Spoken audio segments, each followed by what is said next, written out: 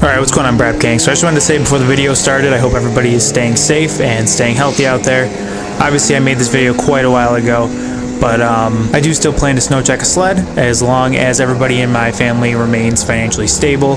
You know, a lot of people out of work, but I'm still working and most of my family is still working, so definitely good things there, and I hope the same for all of you guys out there. I know for me that YouTube is one of the few things I can still get some entertainment out of, so I figured I would still share this video with you guys, and curious to hear your opinions on what you think I should get next year as far as a new sled goes.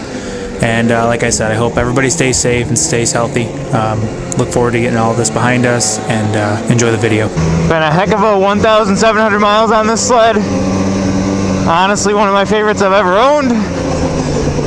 I can't say for sure that I'm gonna get a Polaris next year, but I'm for sure gonna upgrade. I just kind of got to see what I end up liking. You know, the Matrix Assault, super enticing. The colors kind of got me a little not as excited about it, but a lot of other cool stuff there to check out. You know, I am Rev Rider 550. I haven't been on a Skidoo in forever. The backcountry's enticing, maybe a new Renegade XRS 137. You know, I was riding one of those, and man, it was a good sled. I really liked it.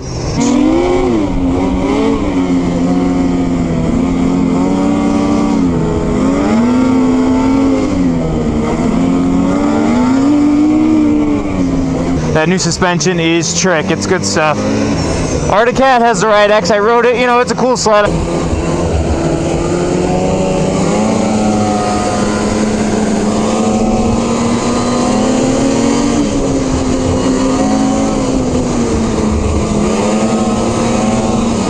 I can't justify it. It's just like I said last year. That sled, I just, you know, it's not for me. Cool for the people that it's out there for, but I think, you know, as everybody said, I trail ride a lot, and with that vertical steering post just doesn't work for me. I'd love to get a free ride 146, but I have absolutely no justification for such a sled. I think it's so cool looking. I think it's sweet. Look how little the seat is on it.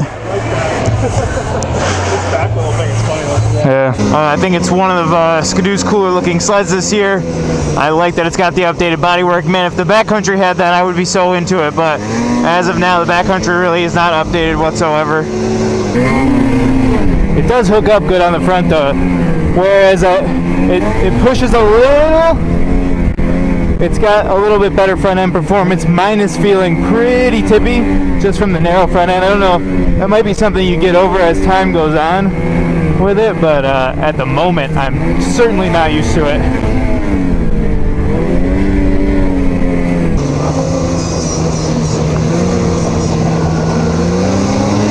Interesting year to choose, to be honest. You know, I going into it did not expect to even have to think about Polaris. I figured, you know, maybe I'd have a Polaris Assault XCR to think about, maybe like a Assault Chaos, whatever they would call it, just something with the upgraded Velocity 2 shock.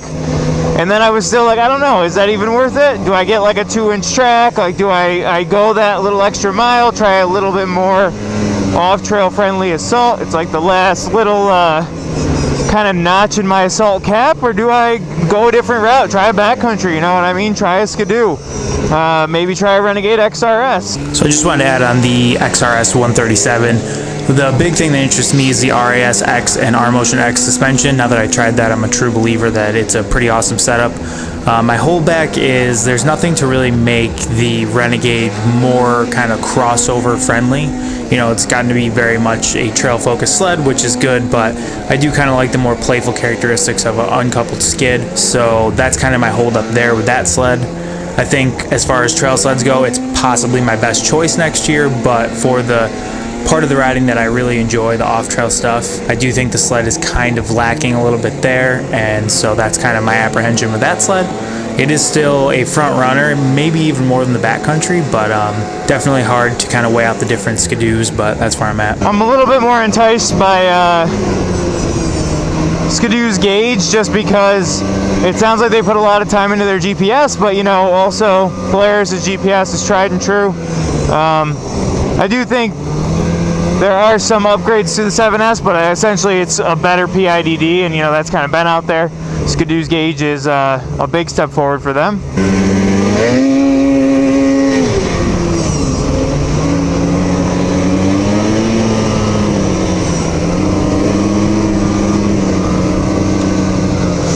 But, you know, just to buy a sled for a gauge, I've never been the type to do that. And I don't even know how I'd properly review a gauge, because I just constantly order the cheapest one. But, yeah, just a lot to think about, you know. I genuinely, a lot of years I kind of hint that, like, oh yeah, I don't know what I'm going to get, but I usually have a pretty strong idea. Right now, I genuinely can tell you, I was so ready to get a backcountry for a while there, and then the Matrix came out, and I'm so not sure. You know, I feel like it's hard to get rid of a sled that's this good looking for a sled that I'm very not sure on. I feel like it's hard to get rid of effectively the same chassis for the same chassis. I know it's got updated bodywork, and you know, it's got the updated gauge and the updated brake and the updated hand warmers and a bunch of little stuff. But you know, I don't know, is that worth the big markup in price? You know, $15,799 with the base track, $16,300 with like a 1.5. Ice Storm is an option now. A new track that is still very trail friendly that I haven't tried, so that's a plus. Definitely let me know down below what you guys think. I'm gonna put a poll up. I'm very curious to hear like what you guys would be the most interested in. I have a sneaking suspicion when you have a strong following of Polaris and Arctic Cat guys, you're not gonna get a lot of people voting for you to get a Skidoo. But I really want to just be able to say I've tried everything. You know, like that's my biggest thought right now. I got a lot of feedback that I was biased towards assaults, and you know, it's just what I've enjoyed the most so far. I just don't know how else to put it. And I think if I got a backcountry, you know, that would definitely put that to rest, that the assault is my favorite sled, because I don't even own one at that point. But we'll see. Also feels weird to sell a sled that I really enjoy and kind of go blind into something new, but I do have my personal reasons why I want to do that. You know, it's not all YouTube based, so a lot to think about. It's funny, I remember when I made my video saying I was going to get rid of my 17800, I was so like dejected about it. I loved that sled so much. I really did. You know, it was like honestly a dream sled that I hadn't had in a while, and this sled just topped it. You know, it was such a strong performer for a 19850. You know, I loved the color. I was so happy with the motor. You know, I didn't have any of the troubles that certain people had with the engine. Just a lot to be happy with on this sled. There it is. It looks great. I'm stoked. Obviously, as you guys can see, I went with the lime body color. I went with the lime tunnel. First ride out, Brad Gang. I hope you guys are stoked. Woo! There's that mid-range. Going for a little local ride today. Snow conditions are pretty good, so I figured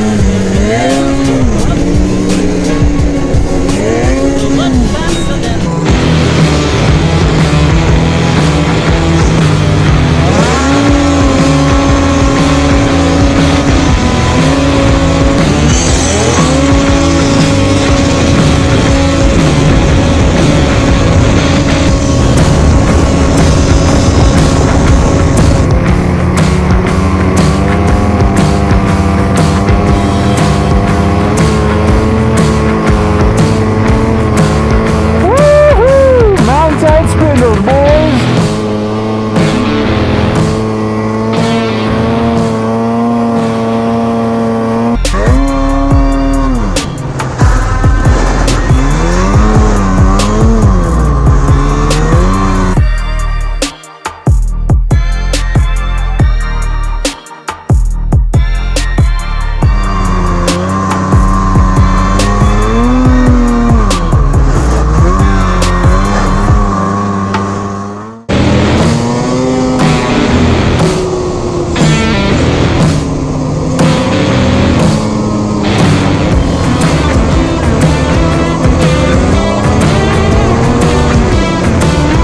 So on the Polaris, I'm at 1,600 miles. The sled has been really good overall. I had swapped out one set of spark plugs right when the season began, just because the sled's had all summer. Always good to have fresh plugs in it.